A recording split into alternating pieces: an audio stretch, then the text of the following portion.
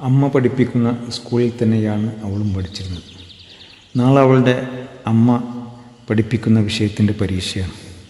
അവൾ പഠിച്ചുകൊണ്ടിരിക്കുമ്പോഴാണ് അവളുടെ കൂട്ടുകാരിയുടെ മെസ്സേജ് വരുന്നത്. അമ്മ ഉണ്ടാക്കിയ ക്വസ്റ്റ്യൻ പേപ്പർ ഒന്ന് ഫോട്ടോ എടുത്ത് വാട്സപ്പ് ചെയ്യാമോ എന്ന്.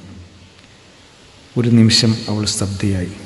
ആ പ്രവൃത്തി ചെയ്യാമെന്ന് മനസ്സിൽ ഉറച്ചു. അപ്പോഴാണ് പെട്ടെന്നാണ് അവൾക്ക് ബോധം വന്നത്. താൻ ചെയ്യുന്നത് തെറ്റാണ്.